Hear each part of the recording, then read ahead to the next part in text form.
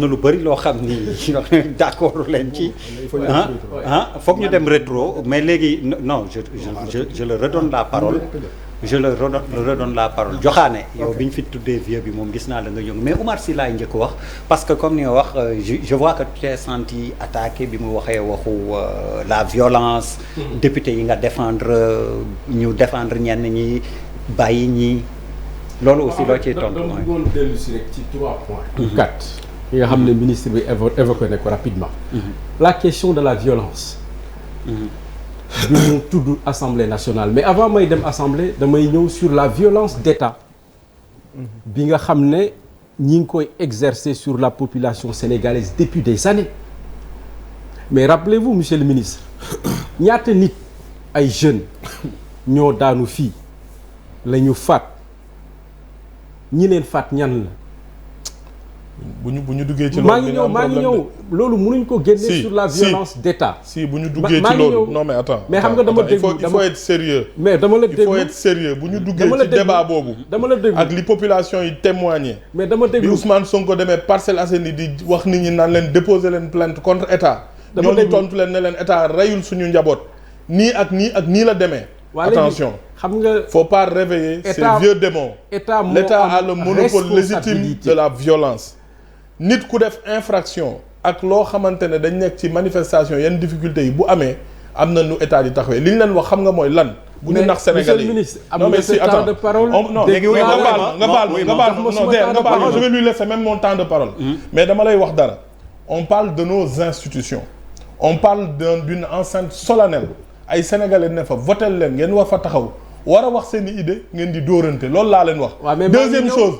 li xew tey sur notre démocratie xew ci Pape Djibril Fall commencé wu leen ko tey parce que durant la campagne des législatives Ousmane Sonko a pris la parole pour dire que Pape Djibril Fall aar Sénégal nangam ak nangam foofu la commencé. donc vous ne devez pas vous étonner tey que seen ay militants bu Pape Djibril Fall jëlee micro ñu koy xas. alors il faut qu'on soit sérieux xam nga sànq dafa am benn baat boo leen wax yéen ñaar il faut pas qu'on dénie aux Sénégalais sa capacité à choisir sa capacité à avoir des convictions man fii laa far man fële laa far bu ñu leen dajalee Yewwi ak nu mu tuddati Yewwi ak Wallu am ngeen 82 députés kenn bañul leen ko c'est parce qu'on est dans un pays de démocratie que boo leen demee élection donte xuloo ngeen direction générale des élections def ngeen ngeen dem nit ñi voté leen ko ñu nangul leen ko chaque semaine bu leen neexee dem ci plateau bu ne wax li leen neex bu leen neexee ngeen nekk dans les réseaux sociaux am seen ay chaînes di wax loolu mooy liberté d'expression mais léegi nag nit ki du wax li mu xalaat bu waxee ma saaga ko bu ñëwee sama meeting ma yuuxoo ko mais loolu c'est pas de la démocratie mën nga jël sama temps léegi wuyu ma léegi on va vraiment l'écouter non je vais pas le couper mais il faut pas qu'on se trompe de débat voilà s'il vous plaît l'État c'est l'État les forces armées ce sont les forces armées honorable Oumar Sy et on l'écoute j'ai de la patience pour écouter exactement c'est ton tàmmuma dagg nit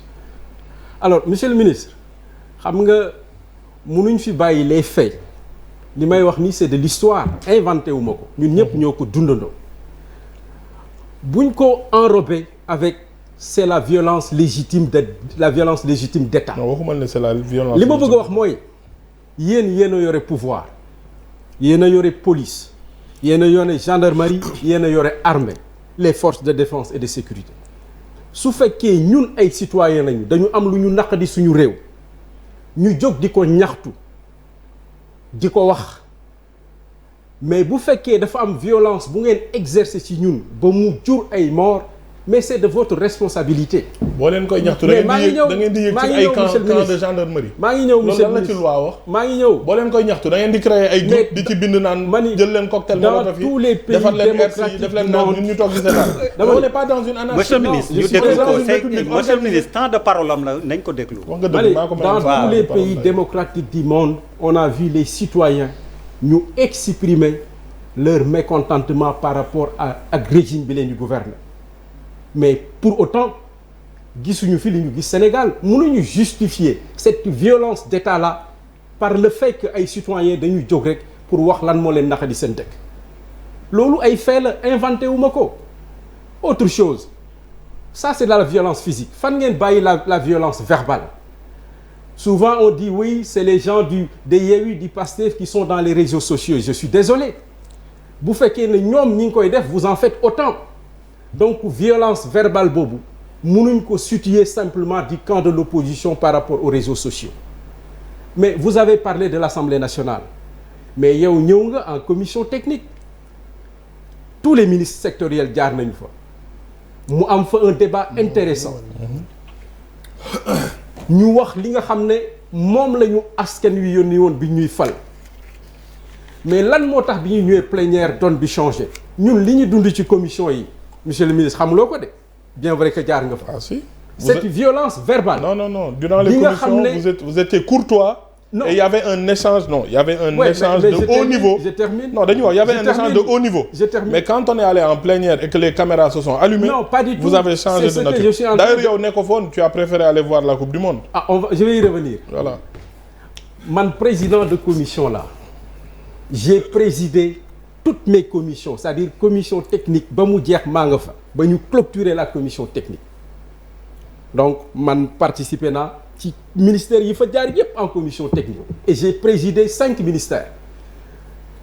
Plénière yi oui gisuloo ma fa lu bari parce que Assemblée nationale loolu yaa ma ko gën a xam bu ñuy dem compétition internationale en ma qualité de président de la commission de l'éducation, de la jeunesse, des sports et des loisirs, j'ai été désigné officiellement par l'Assemblée nationale pour ma dem Qatar comme ni ñu koy defee ku nekk Assemblée nationale xam nañu loolu. Donc loolu du débat en pleine session budgétaire. waaw loolu du débat bi. C'est votre liberté hein. Oui, mais bon il y a d'autres qui ont été désignés. Moi j'ai été désigné et je suis pas allé. Mais monsieur le ministre.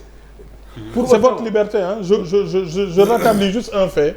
Ouais, mais je ne vous juge pas. Mais ce n'est pas un péché démocratique. Mais non, pas du tout. On est en démocratie. Ouais. Mais demain qu'on ne nous donne pas des leçons. Non, je suis pas en train. Peut-être qu'il y avait un meilleur choix. Mais li ma lay wax xam nga loolu du débat bi der que dem naa Qatar parce que j'ai été désigné par l'Assemblée nationale. Loolu fi lañ ko fekk. Je vous le reproche voilà, loolu du débat bi li ma bëgg a wax mooy dama ne violence bi nga xam ne ñun ñi ngi ko doon subir dans les commissions. Saaga nañ ñu fa ay ndey. Ah bon? Saaga nañ ñu fa ay bay. ñu muñ ko. Et ça justifie de la violence physique sur des personnes. maa ngi ñëw dama ne li xew hémicycle bi li koy justifier. Ah, ça le justifie. Non maa ngi ñëw. dama ne est-ce que ça le justifie? Même la violence physique. Pour un élu de la nation, est-ce que ça le justifie? Je peux pas placer un mot. Allez-y. Ah dama ni violence bi ngay wax. Violence bi ngay wax dans l'Assemblée nationale dama ni dañ ci war a def une jàngat. dañ ci war a def une analyse profonde parce que ce serait très réductrice ñi ne li ñu gis keroog Assemblée nationale jaaduwul parce que yow li ci gannaaw xooluloo ko fi ñu jógee mais violence bi am ci dëkk bi dans la politique dans les discours mais mënuloo wax ne opposition moo ci am responsabilité à 100%. Yéen aussi da ngeen ci am seen wàll man je ne suis pas d'accord contre la violence. Man jàpp naa ne politique débat d'idée la li nga xalaat am ko comme projet nga wax ko moo wax la li ma ci xalaat mais ñu bëgg a jël ne violence bi nga xam ne mooy xew c'est le fait de l'opposition loolu laa na mënul nekk te boo ko seetee sax ñun gis nañ fii bu ñuy def campagne électorale c'est des caravanes de l'opposition qui ont été attaquées à chaque fois que opposition réagir par rapport à ces attaques-là ñu ne l'opposition le maire de Thiès waxul loolu de. mais le maire de Thiès waxul loolu de. mais loolu qui est de l'opposition waxul loolu de. loolu li ngeen def tey ngeen ko defoon. Abdoulaye waaw xam nga dafay yomb trop. bu ma ñëwee maintenant ci tournée économique. Exactement. dama ne président yàgg na def des conseils des ministres décentralisés. décentralisé. yéen defagula leen ñu bilan bi sax conseil des ministres décentralisés yooyu milliards yi ngeen dem diggee que dans les régions mais xanaa bala ngeen a dooraat sax war ngeen ñu defal bilan. defal naa la léegi bilan. nañu mais xam nga chiffre xam nga chiffre yooyu ngay wax. di wax impact.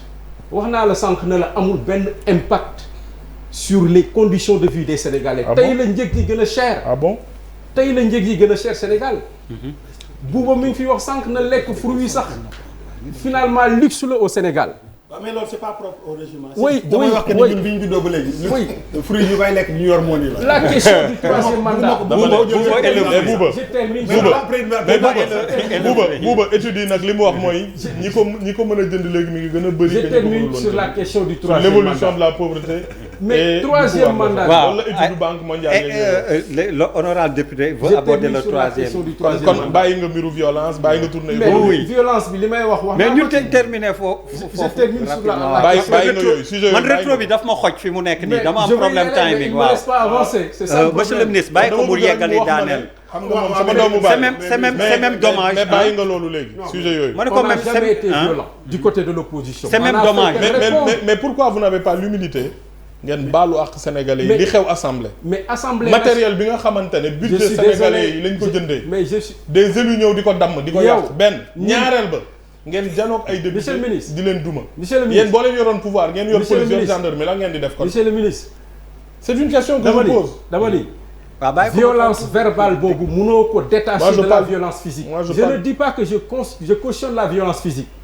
mais pourquoi vous les soutenez dans votre discours? loolu c'est pas propre à l'Assemblée. mais moi je vous attendais là. maa ngi ñëw Charles. non man may ma. allez-y parce que da nga ubbi brèche man penalty ba ma ko may koy dóor. ah oui da koy dóor. Assemblée nationale. mais Bouba